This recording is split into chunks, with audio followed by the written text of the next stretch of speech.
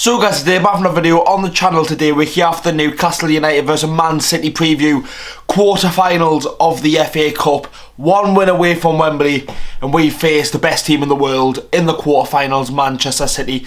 Can Newcastle do the unthinkable and win a game at the Etihad? We'll have to wait and see. In the preview we'll be looking at Man City, looking at Newcastle, end of the preview there, and there will be a predicted team out tomorrow, and I've made a lot of changes from that team versus Chelsea. Make sure to leave a like, button, subscribe to the channel if you haven't already. It would be a lot if you could do so. Anyways lads, let's get into it now and let's look at Manchester City. Right then, Manchester City. Newcastle were always going to get Man City away. We didn't deserve to go through against Blackburn, but we've got City away.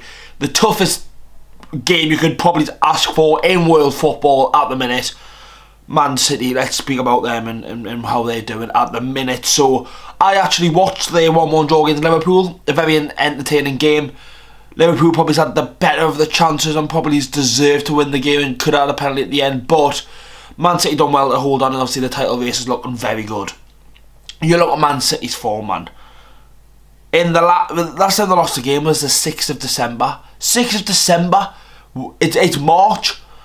And before then, the last time they lost the game was in October. Since October, they've lost 2 games. And that is serious. That is absolutely serious. Wins all over the shop, doing extremely well. And yeah, when you look at that form, it's always scary, isn't it? But looking at that Liverpool game and the lineup that they had, so Kevin De Bruyne's one of them players. He came back from injury against St James's Park and stormed the show, came on, goal and assist, and he looked brilliant since coming back. Got that assist for John Stones. But their team overall, they played a free back against Liverpool, which I thought was a bit interesting. They went forward a little bit in the attacking sense, but in the first half, Haaland hardly had a sniff against Liverpool. Ederson is going to miss the game, which is big. I feel like Ederson's slightly a bit overrated. I wouldn't say he's like massively overrated. People make him out to be unbelievable, but I just don't see it, and I feel like he's always giving away pens and free kicks and giving away dodgy challenges. So Ortega will be in goal. You've got a defensive Ake, Akanji and Kyle Walker. I think that's absolutely spot on for me. What a defence that is. Ake is an unbelievable defender. Akanji's been so underrated, and Kyle Walker's Kyle Walker. And then you go into the midfield, John Stones, who's in the midfield, and then you've got Rodri, 2 players who are fucking insane. Best in the world at the minute in their positions. Then you got going forward, Foden, Bernardo Silva, De Bruyne, Alvarez and Haaland. It's not going to be easy for the two, and especially with it being the international break coming up, I think it's going to be a no-brainer for Man City to just play the big guns, and Pep Guardiola want to go for it. He wants to go to Wembley, he wants to win all the trophies, and he wants to be at the very top. If they could do the treble in back-to-back seasons, this could be the best team to ever play football. Never mind the Premier League or anything like that. And the reason why they couldn't win the quadruple is because we beat them in the Carabao Cup. There's always going to be that slight little hope from Newcastle fans, because obviously we all know what's happened. Obviously we were so lucky to get beaten to Man City. Oscar Bob scored in the 90th minute, and then obviously we beat them in the Carabao Cup. Yeah, you know what I mean. And then obviously away from home, my first away game, 1-0 never defeat.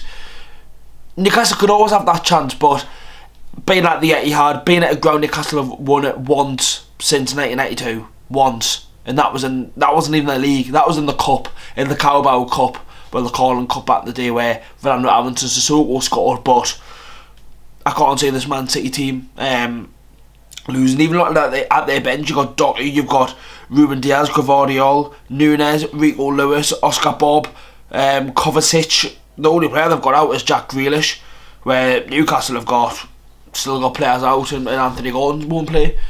I think if Man City do lose the game, I think it'd be a real shock to the world. I'd say it'd be amazing for a neutral, for us, if Man City got beat. But personally, I can't say it. I think Man City are just too good at the minute, and if they can go on and win the league title and go through in the FA Cup, and then they've still got the Champions League on their hands, it's going to be an unbelievable season for them. But we'll have to wait and see what happens. Right then, lads, it's Wednesday now. I'm recording this. This goes out Thursday. It's been 2 days after the game versus Chelsea. I've reflected a little bit on the game, and I'll speak about what I'll say at the minute. But obviously, I don't want to give too much away from the predicted team. So at the minute, the defensive errors are occurring week in, week out, and I think it's a bit harsh because at the end of Sky Sports, they showed a stat, and it was like Newcastle have conceded the most goals since Pope's got injured.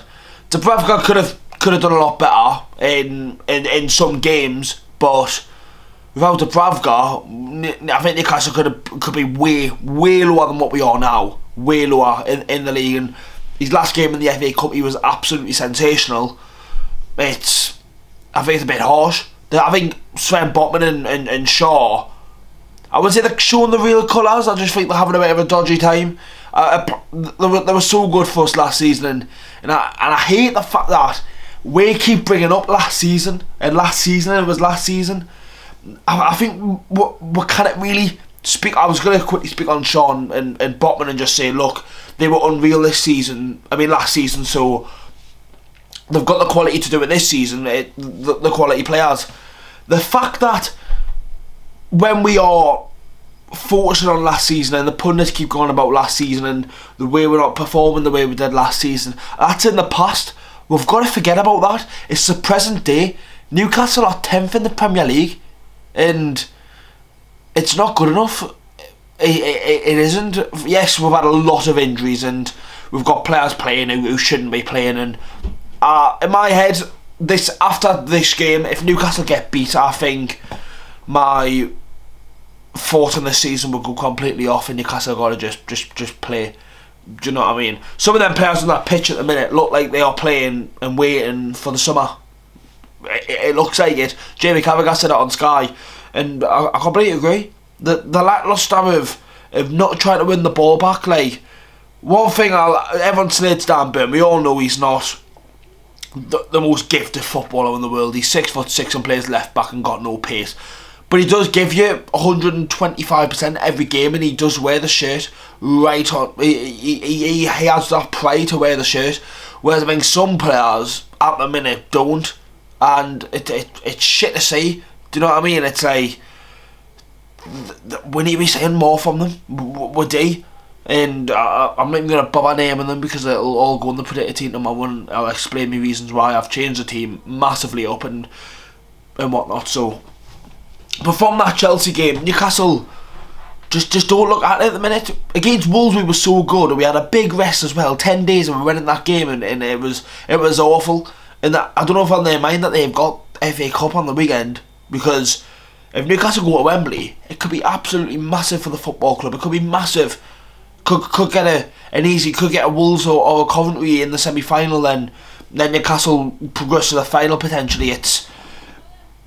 It could be one of them. It really could be. But can I say it? No. Even if I think last season's Newcastle turn up at the Etihad Stadium, I can't see much happening. I can't see Newcastle getting anything. But it will be a tough game, don't get us wrong. I was trying to go to the game. I was trying to get a ticket. I applied for the ballot yet again, and still no luck for me.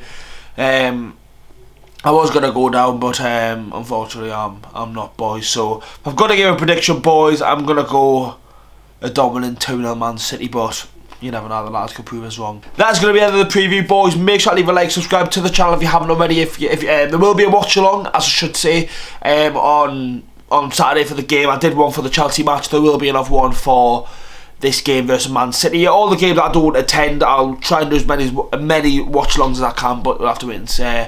Well, there will be one for Saturday. Make sure to leave a like, boys, subscribe to the channel. I'll see you all in the next.